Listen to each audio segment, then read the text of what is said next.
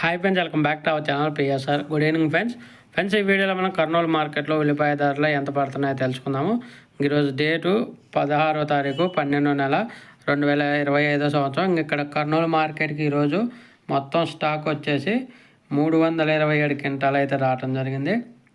327 quintals అయితే రావడం. నిన్నటి మీద పోల్చుకుంటే దగ్గర ఒక 70 క్వింటాలు అయితే ఎక్కువ వచ్చింది. ధర కూడా ఈరోజు నిన్నటి మీద 400 రూపాయల దాకా అయితే పెరిగింది మార్కెట్. ఈరోజు కనిష్ట ధర 869 రూపాయలు, 869 రూపీస్ ఒక క్వింటా ఉల్లిపాయలు.